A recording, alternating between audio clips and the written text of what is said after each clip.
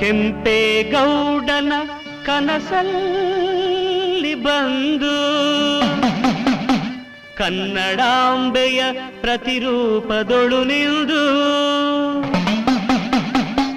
ನೀನಂದು ನೆಲೆಸಿದೆ ಬೆಂದ ಕಾಡೂರೆಂಬ ಬೆಂಗಳೂರಲ್ಲಿ. High high high ಬಂದಾಳೋ ನಮ್ಮಮ್ಮ ಅಣ್ಣಮ್ಮ ದೇವತೆ, ತಂದಾಳೋ ಆನಂದ ನಮ್ಮೂರಿಗೆ. ತಾಯಿ ಕೃಪೆಗಾಗಿ ಬಂದೆವು ನಾವಾಗಿ, ನಮ್ಮನ್ನು ಸಲಹಲೆಂದು ಬಂದ ನಮ್ಮಮ್ಮ. ತಂದಾಳೋ ನಮ್ಮಮ್ಮ ಅಣ್ಣಮ್ಮ ದೇವತೆ, ತಂದಾಳೋ ಆನಂದ ನಮ್ಮೂರಿಗೆ.